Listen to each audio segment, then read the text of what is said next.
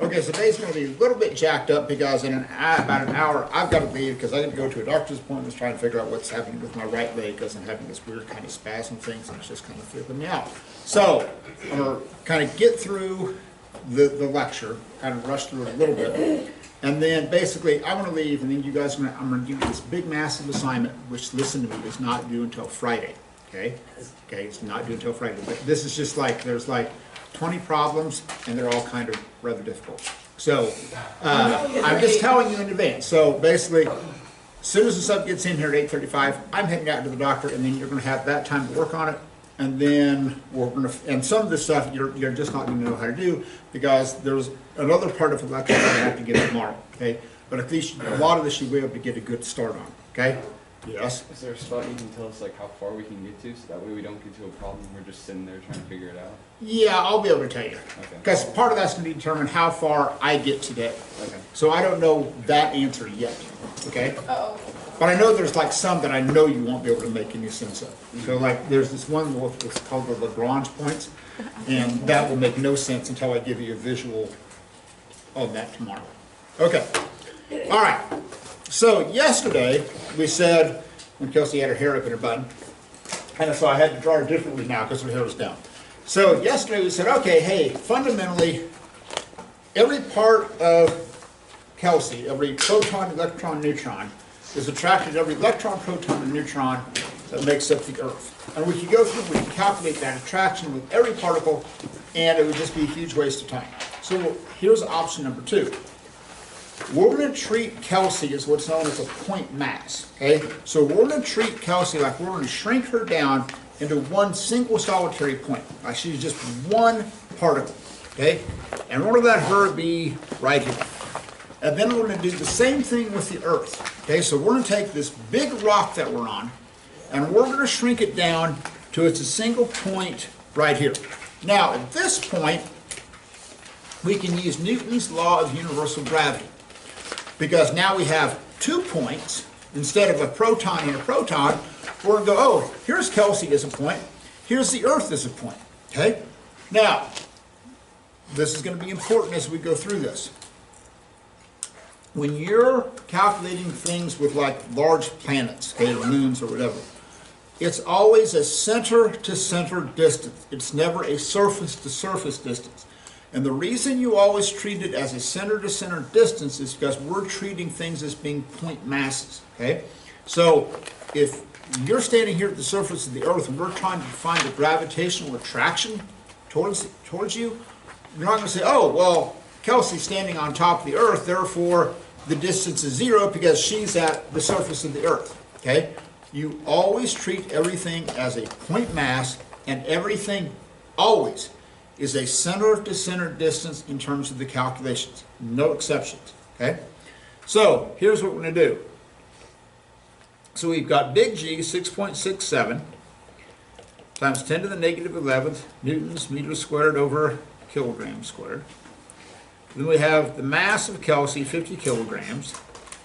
But we have the mass of the Earth, 5.979, times 10 to the 24th kilograms. And then we're going to divide that by the radius of the Earth, because that's how far Kelsey is from a point mass if we shrunk the Earth down to 1 point, okay? So then we're going to divide that by 6.3713 times 10 to the 6th meters squared. So if you have it already, I would store 3 numbers in the memory cell of your calculators. I would store big G, I would store the mass of the Earth, and I would store the radius of the Earth. So maybe it's like big G, M, and R. I don't care how you do it, okay? But those are 3 numbers that I would store because you're going to need those numbers all the time, okay? Now, but I say that, let's just get an idea. Just get this in order of magnitude of what our answer should be, okay? So, I got 50, which is 10 to the 1st, right? So if I take 10 to the 1st times 10 to the 24th, I get 10 to the 25th, right? 10 to the 1st times 10 to the 24th, we add the exponents, right? We get 10 to the 25th. Yeah. and we get 10 to the 25th times 10 to the negative 11th gives me 10 to the 25 minus 11 is 14. So up on top, I roughly have something times 10 to the 14th, right? Just an order of magnitude. Now, I square 10 to the 6th, so that becomes 10 to the 8th or 10 to the 12th? 10 to the 12th. So I'm going to do 10 to the 14th divided by 10 to the 12th gives me 10 to the 2nd. So that gives me a ballpark estimate of what this thing should be. So if I do this calculation and I get 10 to the 30th, oh, I have done something horribly wrong. If I do this calculation and I get 10 to the negative 5th, I have done something wrong. Okay? So this at least, this gives me an idea of where I should be. Now, so somebody run the numbers and let me know what you get.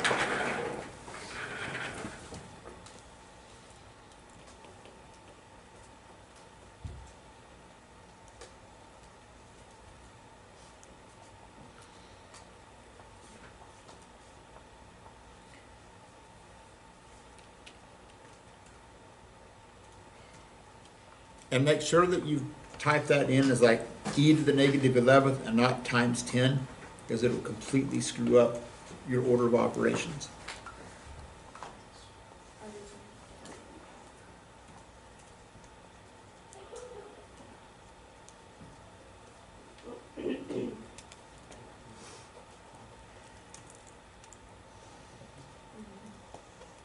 What'd you get? What'd you get? Wait. 491.1. Yep, that's about right. So you get about 490 newtons, okay? 490 newtons, and that matches, right? This is 10 to the 2nd, right? And that matches with what we said our exponent should be. Okay, so we're feeling good about this, all right? So we're good. Now, that's the second way that you can do this. You're treating Kelsey as a point mass. You're treating the Earth as a point mass. You know how far apart they are. You plug it into that equation. Hey, you're off to the races. Okay? Cool. Now, there's a third way that you can do this. Okay? And by the way, the trend is we're getting a more and more simple way to calculate this. Now, from the very first day that you were in this class, and we did a lab, okay, and we took the spring, right, and we hung weights from it, right, and we figured out how far it was going to stretch. Okay, remember the very first lab that you all did. And we said, we're going to take that mass and we're going to multiply that by 9.8 meters per second squared, and we're going to get a force. And you go, oh, we're doing science, right? We're multiplying by 9.8 meters per second squared. This is cool, right? So imagine we're going to take Kelsey, right? And we're going to suspend her from a spring, and we want to calculate her weight. So what's the simplest way, knowing that she has a mass of 50 kilograms, what's the simplest way to calculate her weight? Take mass times 9.8 meters per second squared. So if we take 50 kilograms times 9.8 meters per second squared, oddly enough, we get 490 newtons. Okay? Now at this point you're going, oh, that's kind of cool, right? But you have to understand the significance of this number, okay, and this observation. So there's two ways that you can calculate the weight of anything. Option number one, assuming that you're on the Earth, you take big G times whatever that mass is. Could be 1 kilogram, could be the mass of a penguin, could be the mass of a golf ball, whatever random things I happen to have on my desk. And we put that in here, and we multiply that by the mass of the Earth, and we divide that by the radius squared. And it would take a whole lot of calculations. So like, seriously, imagine on the very first lab that we did, I said, here class, this is how you're going to do all these calculations. You're going to take the mass times the mass of the Earth times this number divided by the radius that are squared, and you go, my God, this is what we have to do to calculate one number for a lab? It would be horrible, okay? But here's the importance of this. What creates your weight is the interaction between treating you as a point mass, treating the Earth as a point mass, and you are separated by a distance which is equal to the radius of the Earth. Okay? So that's the conceptual part that you need to understand. Now, when we do the simple calculation of just saying, oh, Fg equals 490 newtons, we get the same answer. Here's where a huge aha moment took place in science. They said, okay, this is kind of cool. So basically, I just proved that Fg equals Fg. Now, I don't, Kelsey, what's about to happen to you, don't take personally. Okay. Okay. So what we proved is that if we took the mass of Kelsey times g, that equaled big G times the mass of Kelsey times the mass of the Earth divided by the radius of the Earth squared. Okay? Right, that's what we just proved. We got the same number, right? Now, unfortunately, what's going to happen to Kelsey? She's going to drop out of the equation, and everybody would. Okay, I would. Everybody would. The Pope, President Biden, everybody's going to drop out of this equation. So what you end up with is little g equals big G times the mass of the Earth over r squared. Now, this equation seems pretty elementary, but it had a profound impact on what we could do in terms of the science. So if you look at what Henry Cavendish did, okay? Remember, Henry Cavendish was the one that came up with the numeric value of G, okay? He found that value. So if you look at what happened with Cavendish, he says, now I know what big G is, right? At the time, we knew what little g was. We knew the acceleration due to gravity because this was after Newton, okay? So he knew this number, and he knew this number. Well, we've known the radius of the Earth since antiquity, okay? So we knew this number. So the only thing we didn't know was the mass of the Earth, okay? So this was Henry Cavendish's claim to fame. He was the first person to weigh the Earth. He was the first person to find the mass of the Earth. Because if we were to find the mass of the Earth, the moon, whatever it isn't like we can just say, hey, let's just take the Earth, we'll stop it in its orbit, we'll put it on a scale, okay, and it'll read, 5.979 times 10 to the 29 kilograms, okay? No. If we want to find the mass of the moon, the mass of the sun, Jupiter, Saturn, anything, okay, we can't directly measure it. So what we do is we look at the impact that it has on something else and we solve for that object. So one of the first experiments that the Apollo missions did when they landed on the moon is they took a pendulum, okay? And this is the equation to find the period of a pendulum, okay? So don't worry about this. This is just background historical knowledge, okay? So they took a pendulum. It's like, you guys went all the way to the moon to set up a pendulum. Really? That was a bit spendy, don't you think? You know? But here's the deal. They set up a pendulum, and they measured the period of the pendulum. Okay? How long did that take? They knew the length of the pendulum, so then they were able to solve for G. So they were able to determine the gravitational acceleration on the moon. Oh, cool. Okay. So once they had that number, then they came up here to this equation. And they said, now we know what little g is on the moon. Cool. They knew the radius of the moon. Okay, that's kind of a big, bright object. We've kind of known the radius of the moon for a while. But actually, we didn't know the exact mass of the moon. So when they did the pendulum calculation, that was one of the first things they found was the actual mass of the moon. And you couldn't do that until you actually landed on the moon and were able to measure that gravitational acceleration. So this actually had a profound impact on, now we can find the mass of the Earth, we can find the mass of the moon. So if you're, in your generation, if you get a job as a science officer and you're going to land on these different worlds and you want to find, hey, what's the mass of these planets? Take along a pendulum, okay? Literally, you take along a pendulum, and you know the size of the planet or the moon, you can figure out the mass of the planet. So it's kind of a cool calculation. Now, here's the other profound impact on this, okay? Listen to me very carefully. This is one of the most profound things that came out of this. So, if you go back to Galileo, okay? Galileo had the Leaning Tower of Pisa. He had a small cannonball. He had a large cannonball. He dropped them, and they both landed at the same time. Okay, which was in contrast to what Socrates said, who said, "Oh no, the heavier one should fall faster." So Galileo proves that all objects, regardless of mass, accelerate at the same rate. But we really never understood why. This equation explains why. If I take the golf ball, or if I take Hank, right? Got the little golf ball, got Hank, right? If I drop them both, what's the acceleration of each object going to be? 9.8 meters per second squared, right? Okay. Does Hank weigh a lot more? Yes. Does Hank have a lot more inertia? Yes. Is he going to have the same acceleration as Gary the golf ball? Yes. Okay. Now, here's why. If you look at what is a factor in determining the gravitational acceleration on an Earth, on the moon, whatever it is, okay? Remember, this is your gravitational acceleration when you drop something. What's the only two things that are going to determine the value of little g?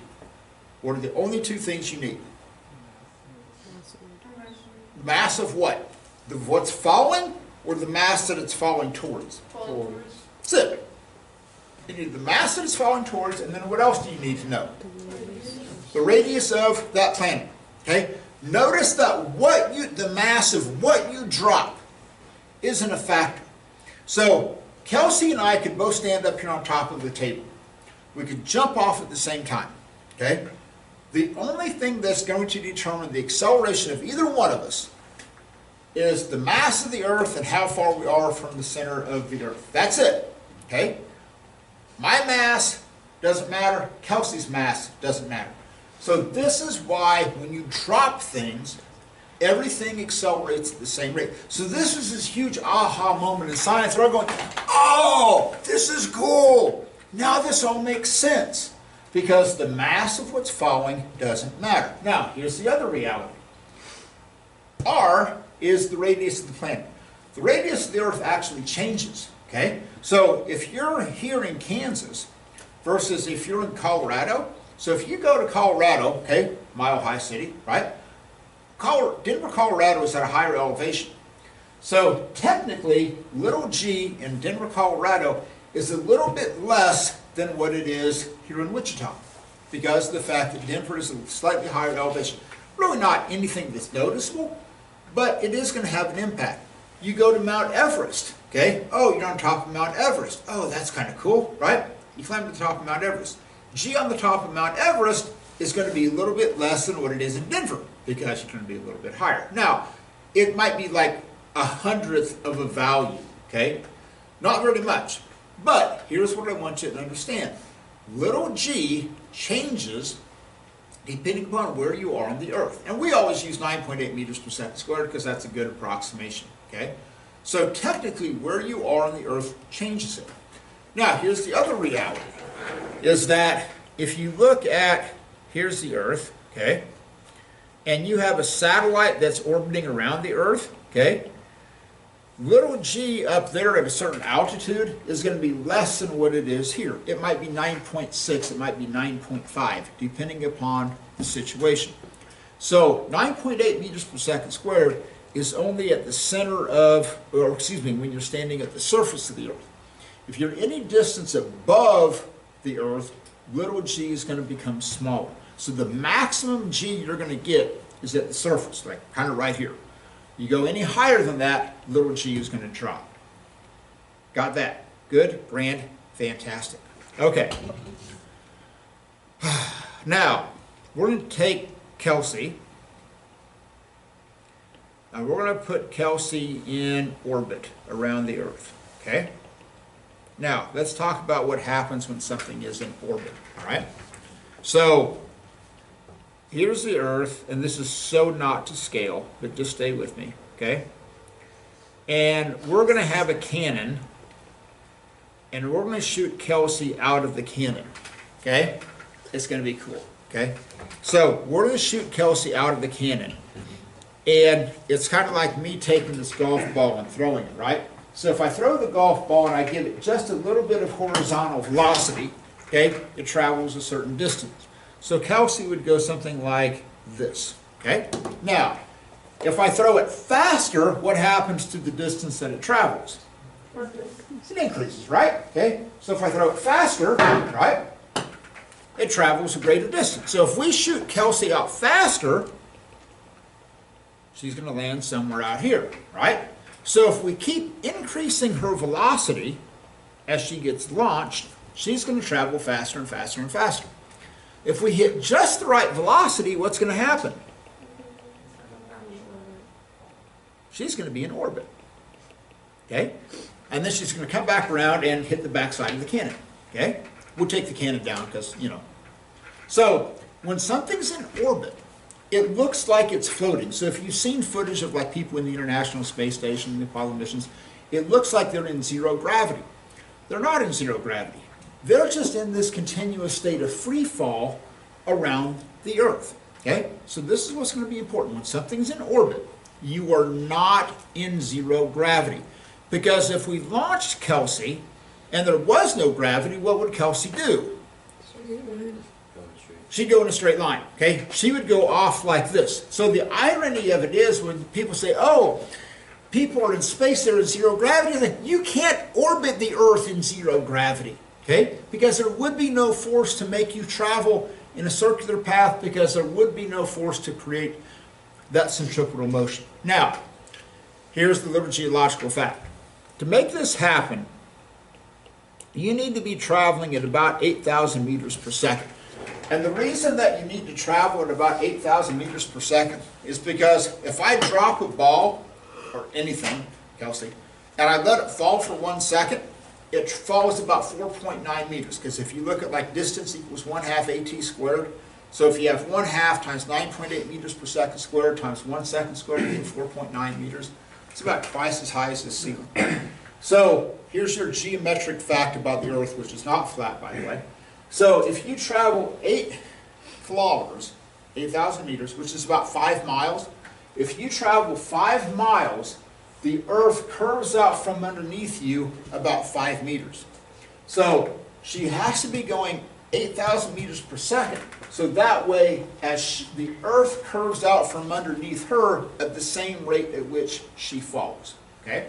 Now, to give you some perspective on how fast this is, and this is the challenge.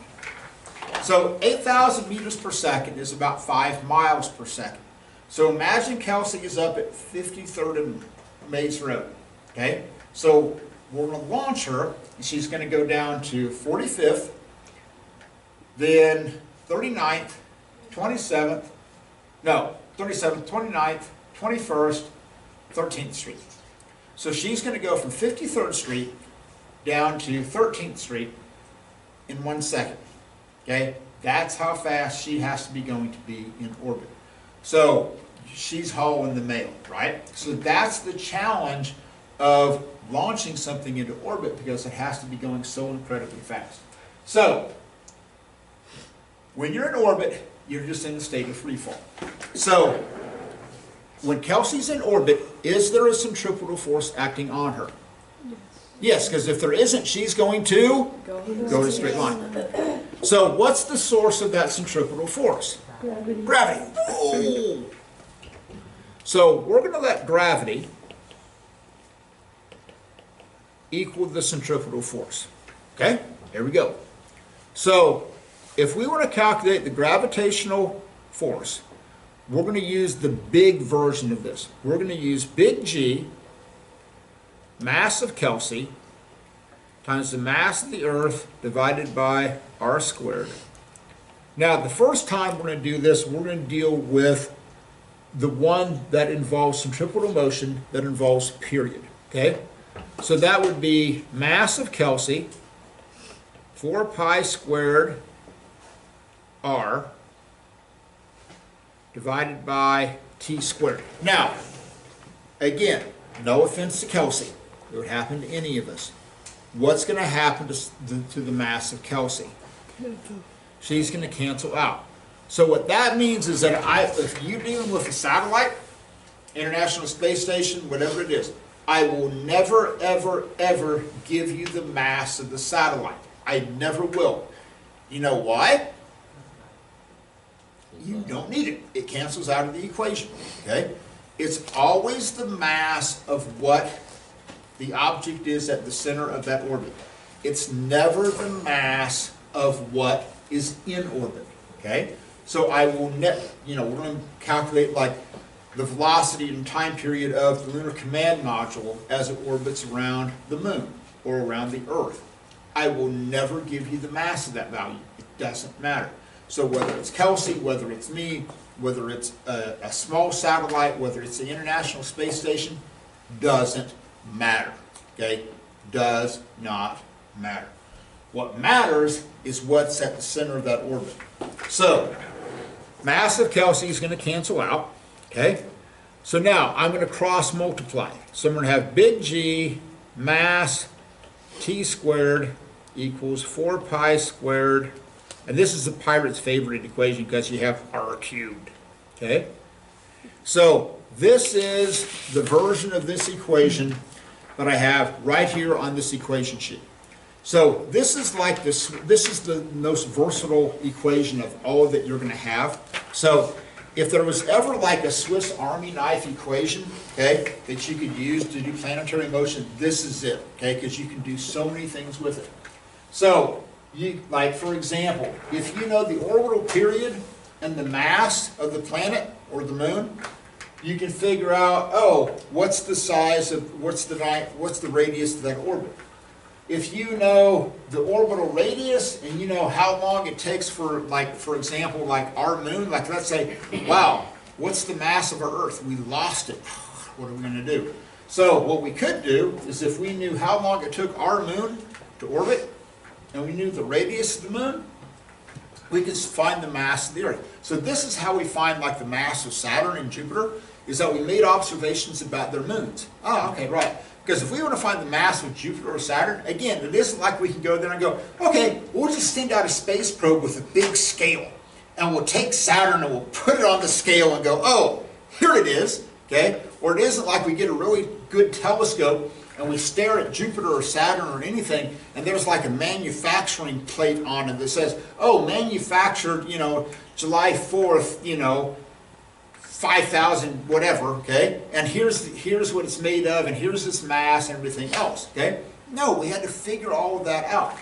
So this is what we did to find the mass of the planets, is that we made observations about their moon. We figured out how long it took for the moon to go around. We knew we could look through a telescope and we get an idea of what the radius is. We can solve for the mass. Now, you'll hear me say this again and again and again and again and again. Anytime you have anything that involves big G, this is the absolute quintessential MKS system situation. Everything has to be in meters, kilograms, or seconds. So we are out of this, remember when we did like Kepler's third law, since it was a ratio, okay? And it didn't matter what the units were in because of the fact that it was all going to be a ratio anyway. Those days are long gone, okay? Anytime you see something with big G, listen to me. The only thing that this period can be in is in seconds.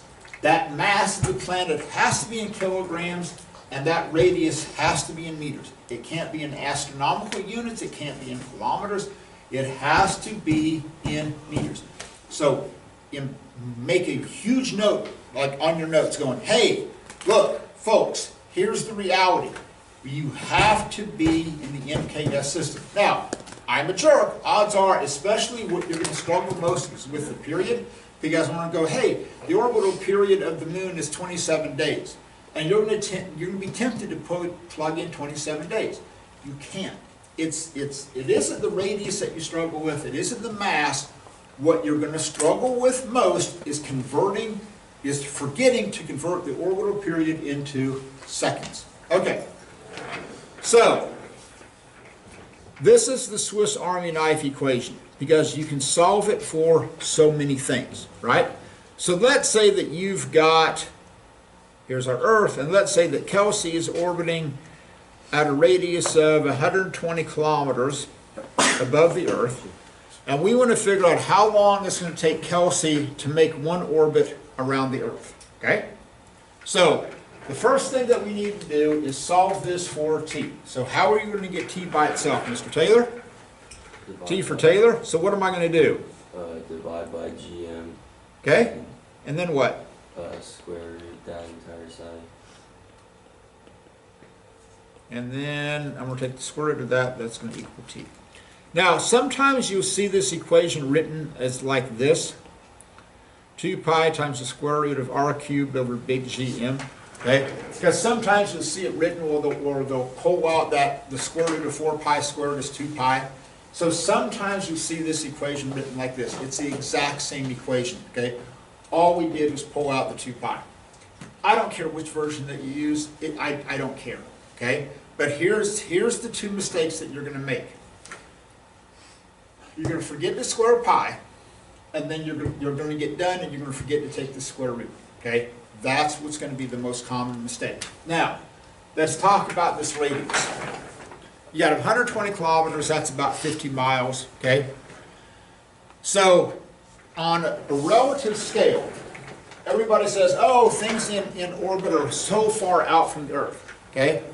The International Space Station and everything else that's in a near-Earth orbit, if this was the size of the Earth, things in near-Earth orbit are only about a ½ inch above the Earth, okay? That's all we have to do is get that thing out of our atmosphere, okay? That's the only magic of Earth, excuse me, of space, is that we can't orbit within our atmosphere because there's so much atmospheric drag with the oxygen and nitrogen molecules. So on a relative scale, all we have to do is get it above our atmosphere. It doesn't have to be way, way out there, okay? It just has to be above our atmosphere. So here's what you're going to do wrong. You're going to plug in 120 kilometers, which isn't the radius at all. Number one, because that has to be changed into meters. Now, where does that distance have to be measured from? Center of the Earth out, okay? It has to be measured from the center of the Earth going out. So, here's what we're going to do. We're going to take 120 kilometers, right? 1 kilometer is 1,000 meters. So I got 120,000 meters. So somebody take 120,000 and add that to the radius of the Earth.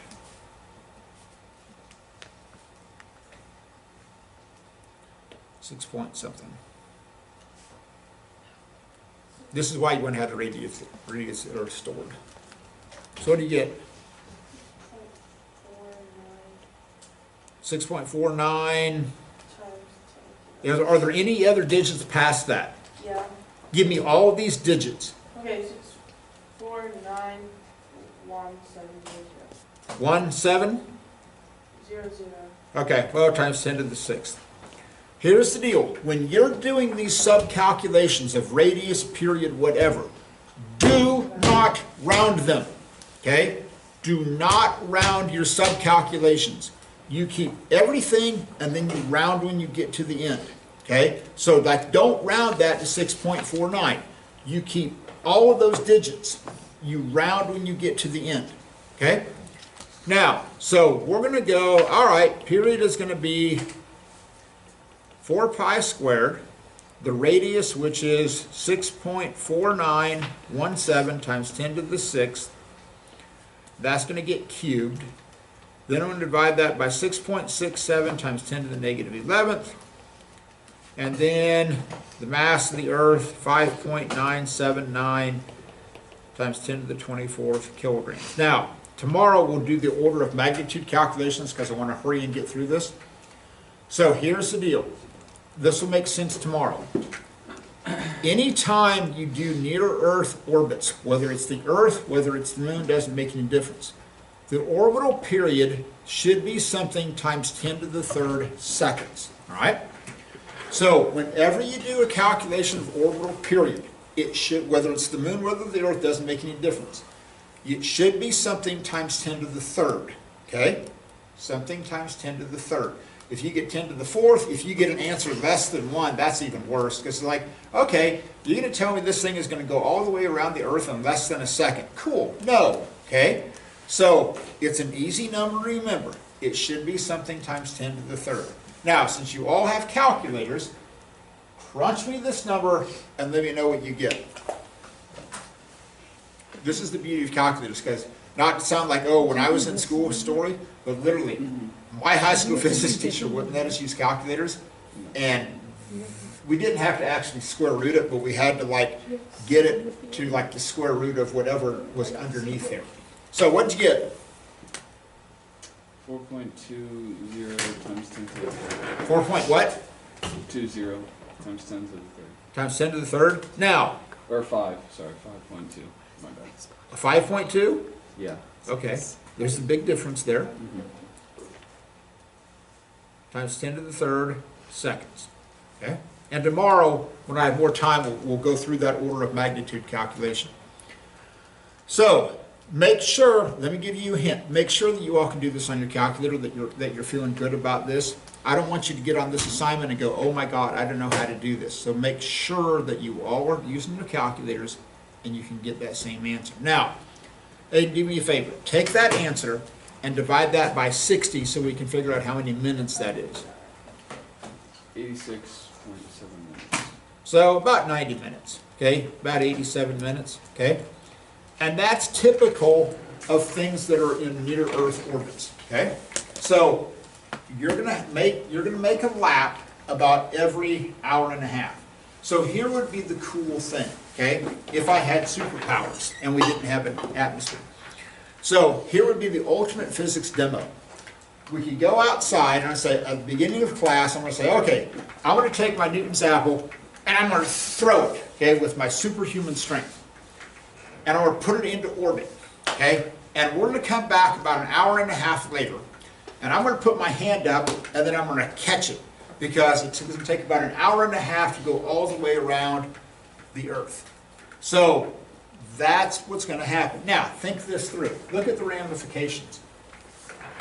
If we boost it into a higher orbit, if we put it into a higher orbit, we're not going to change big G, we're not going to change the mass of the Earth, but we're going to have a bigger and bigger orbital radius. So if we boost it into a higher orbit, what's going to happen to the time for one orbit? It's going to increase, it's going to take longer. So if you put into higher and higher and higher and higher orbits, that's going to take longer and longer and longer for that thing to go around. Okay? Got that? Cool. All right. Now, one last equation to get through. This is record-breaking time. So we're going to go back to Kelsey being in orbit. Okay? Right? She's going around like this. And now we want to deal with velocity. Okay? So we're going to start with the same idea that if we take big G, mass of Kelsey, times the mass of the Earth divided by r squared, that's going to equal the centripetal force. But now I want to use the equation for centripetal force that involves velocity. Oh, that would be the mass of Kelsey times v squared over r. Okay? Now again, no offense, but what's going to happen to Kelsey? Kelsey's going to cancel out. Okay? And again, here's the idea. The object that's falling, the object that's in orbit, doesn't matter. Okay? Does not matter. I will never give you those values because it doesn't matter. All right. Now, at this point, I'm going to cross multiply. So I'm going to have big G, mass of the Earth, times r, equals v squared times r squared. Now, I want to get v by itself, so I'm going to divide by r squared. Okay? So I've got an r on top and I've got an r squared on the bottom, so what's going to happen? Cancel top r. Cancel the top one, I'm going to get just r on the bottom. And then I'm going to take the square root of that, so I'm going to have big G, mass of the Earth over r is going to equal my velocity. So what we just derived are these big three equations right here that's on your equation sheet. The one for the gravitational force, the one for the orbital velocity, the one for little g, and then that big Swiss Army knife equation down below. So those are including that one with the Kepler's third law. So those equations right there are all the ones that you're going to need for the planetary motion part of these calculations. So here's what we're going to do. I want to calculate the velocity of Kelsey as she's orbiting around the Earth. So we're going to have big G, 6.67 times 10 to the negative 11th, times the mass of the Earth, 5.979 times 10 to the 24th kilograms. And she's at the same radius, which was what? 6.4917 times 10 to the 6th meters. Now, to save you time, when you're working these, you don't have to write out big G every time. You can just put big G. I know what it is, okay? Mass of the Earth, you don't have to write that out every time. You can just put mass of the Earth. If you don't want to write it out every time, hey, knock yourself out, okay? But if you just put big G, mass of the Earth, that's cool, okay? So, here's what you should see. This should also be something times 10 to the third, okay? This should also be something times 10 to the third. So, what do you get out of this?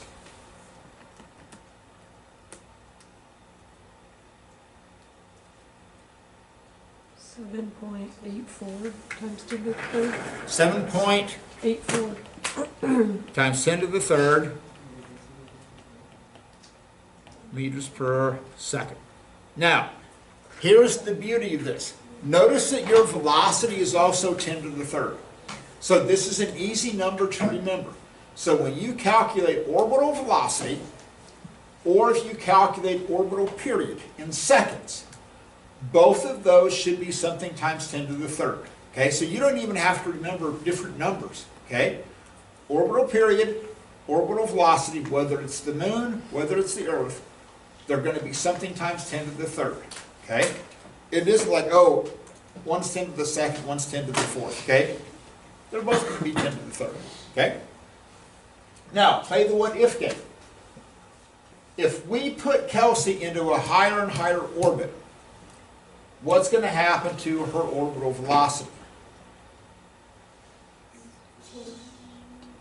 Increase or decrease? Decrease. How many know it's going to increase? I know it's going to decrease. Why is it going to decrease? Yeah, I'm dividing by a bigger number. Okay? So here's what happens. If we boost Kelsey into a higher and higher orbit, two things are going to happen. And this is why it goes hand in hand. She's going to slow down. Okay? She's not going to be going as fast. And it's going to take her longer to complete one orbit. Okay? So this is very much trying to get you all to drink out of a fire hydrant. Right? Normally this lecture takes me like much longer because I get more into detail. But that's the story. Okay? So we've derived all the equations. Tomorrow we'll look into much more like hidden details about the equation itself. But that will, at least we've gotten through all the equations. So let me hand out that assignment. Ryan, stop that for a second. And as has been, let me kind of get you started on some of these problems. All right? So, and actually so here's the ones I know you won't be able to do. Do not even think about doing number 10, okay, with the Lagrange points, okay? So do not even think about number 10. Everything else, at least 1 through 9, you have the equations to do. So, and again, this assignment is not due until Friday, and then even if you want to hand it in on Monday, the day of the test, you can do that. So don't be uptight about trying to get this thing done, okay? There's still a bunch of the subtleties of these equations we're going to go through tomorrow. So let me kind of get you started on some of these. So like on number 1, you've got the gravitational attraction between a cannonball and a marble separated by a certain distance is 1.84 times 10 to the negative 10. Then you compute the mass of the marble. So let me kind of give you this visual. So here's this cannonball. It has a mass of 20 kilograms. And then here's this little marble. and they're separated by 40 centimeters. What are you going to do with the 40 centimeters? Convert it into meters by doing what? Multiply by 100 or divide by 100? Divide by 100. Let's divide by 100. Don't multiply by 100 and tell me, oh, it's 4,000 meters apart. No. Okay, 40 centimeters about like this, okay? And you have the force of attraction between the two of them. So what are you going to start with? What equation are you going to use? The Lily? G and 1 and 2. Yeah. So you have F equals big G, the mass of the cannonball, mass of the marble, divided by distance squared. Okay? And I'm using distance instead of R because the marble isn't like in orbit around the cannonball. They're just sitting here. Okay? And you're trying to find the mass of the marble. Obviously, it's going to be a pretty small answer. Okay? Now, when you get to number 2, so thankfully Mr. Brenneman is in the room, he can verify this.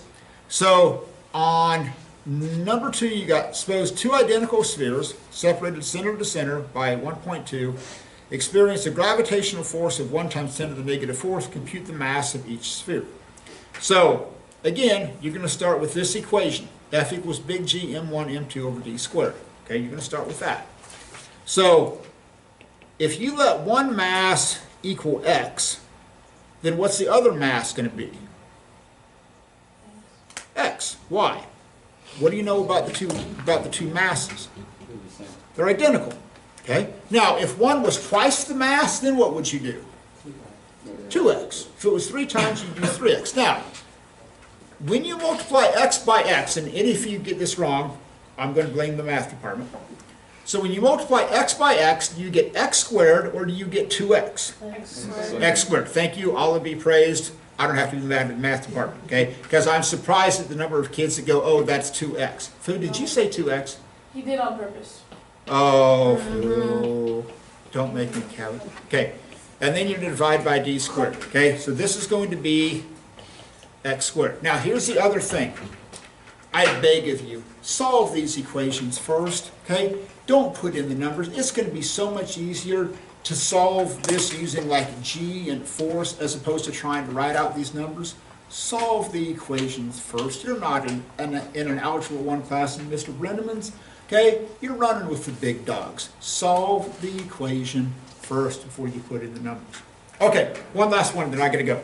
So, when you get to question number 3, at what center to center distance from the Earth would a 1 kilogram mass weigh 3 newtons? Okay? So here's the deal. Here's the Earth. Right now, at the surface of the Earth, what does a 1 kilogram mass weigh? Oh, no. What? A 1 kilogram mass weighs 9.8 newtons. Okay? True? Now, imagine that I build a really tall tower. Okay? Really tall. Okay? And I take this up to this top of this really tall tower. Is it going to weigh the same as it does at the surface, or is it going to weigh less? It's going to weigh less. Why? Because of distance. Yeah, I'm further from the Earth, right? So what I want to figure out is that if I take a Newton scale and I hook this up, how high do I have to go so that when I weigh this thing, it weighs 3 newtons instead of 9.8 newtons, right? So if I get to that point, if I hook this thing up and I look at it and it reads 3 newtons, what's my gravitational acceleration at that point? Do not make this difficult. It's 3, right? If I take a 1 kilogram mass and I hook it up and this scale reads 3 newtons, what's G at that point? 3 meters per second squared. So you go, oh, cool. Little g equals big G, mass of the Earth over r squared. What do you want little g to be? 3. Do you know the mass of the Earth? Yes. What you don't know is radius. Okay? All right, I gotta go. Mr. Brenneman, good luck. That's a rowdy bunch. Okay? And Ryan, stop that. Oh, yeah.